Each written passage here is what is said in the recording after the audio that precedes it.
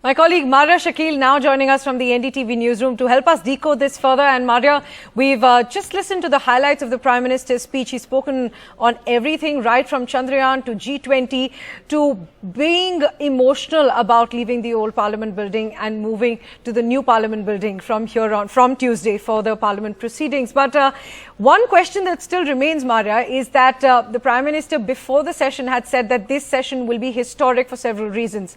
But we are still unclear on what the exact agenda will be. Yes, that's right. Is there a surprise agenda on cards? Yes. A possibility of that cannot be ruled out is an indication that's coming from all quarters. And for the Prime Minister himself to drop a big hint in saying that this is going to be a session of historic decisions, that in itself has left a lot of people wondering as to what the government will be doing. Remember, tomorrow is the day in which all the MPs will be entering the new Parliament of India. That movement from the old Parliament building to the new one will happen tomorrow. And will tomorrow be the day of that historic decision, or will there be a series of historic decisions that the Prime Minister has been hinting at? But for the moment, there are over 40 speakers who will be speaking on the 75 years of India's Parliament today. In both the houses of Parliament. Of course, the Prime Minister was the opening speaker in the Lok Sabha. For the government in the Rajya Sabha, it was Mr. Piyush Goyal, who is also the leader of the House. Time has been allocated to just about every political party. Those who are interested in speaking will be standing up to speak in the next few hours. And what we are being told is roughly by 6:37 p.m. in the evening, this day of discussion on 75 years of the Indian Parliament will be coming to an end.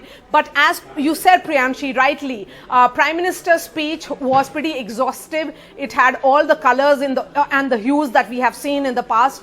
He did remember the contribution of leaders, the presidents, that is Rajendra Prasad, to President Kovind, and also Draupadi Murmu. And also he remembered the prime ministers from Pandit Jawaharlal Nehru to Shastri, to Chandrasekhar, to Atal Bihari Vajpayee, and also Dr. Manmohan Singh. And if you look at it in terms of the speakers, he recounted the contributions of Sumitra Mahajan to Om Birla, who's presently the speaker, and also remember the stalwarts like Sardar Patel, Jayaprakash Narayan, Lohia, and also his party patriarch of Mr. Advani. So overall, it is remembering the parliamentarians, the MPs and their contribution, those speeches, and at the same time remembering the Shramjeevis, those who have played a role in construction of the new parliament building, the security forces who have been manning and ensuring that the security is in place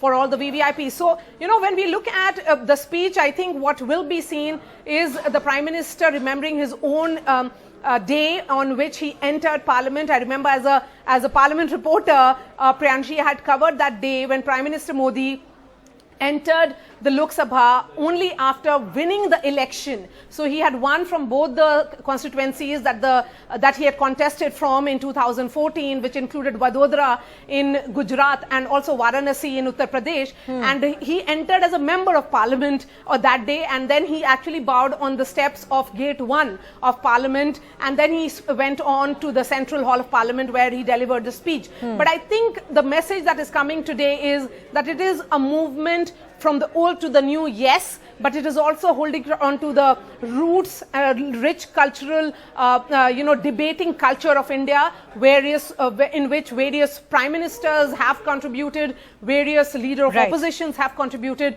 And tomorrow, of course, what the sense is going to be the big day when the government will be unveiling one of its historic decisions that the Prime Minister has hinted at.